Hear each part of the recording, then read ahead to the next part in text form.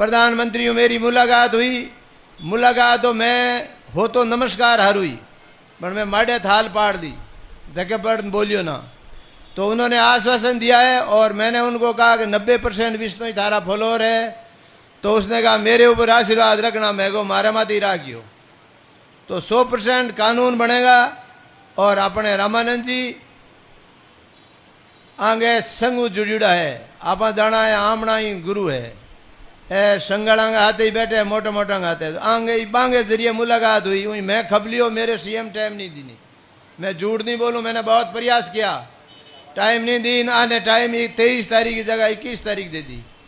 मैं जा नहीं सकियो, मेरे बेटी को सूरज पूजनो हो ए गया और आने बहुत ही ज़्यादा आश्वासन, इज्जत, मान सम्मान साल ओडावना सोशल मीडिया के माध्यम देखिए। मैं गुरु जी तो मिलिया को नहीं, पण 100% विधानसभा में आपने और संघर्ष हजू रहेला, तो आपने कठोर कानून संशोधन वेला में कोई दो राय नहीं है।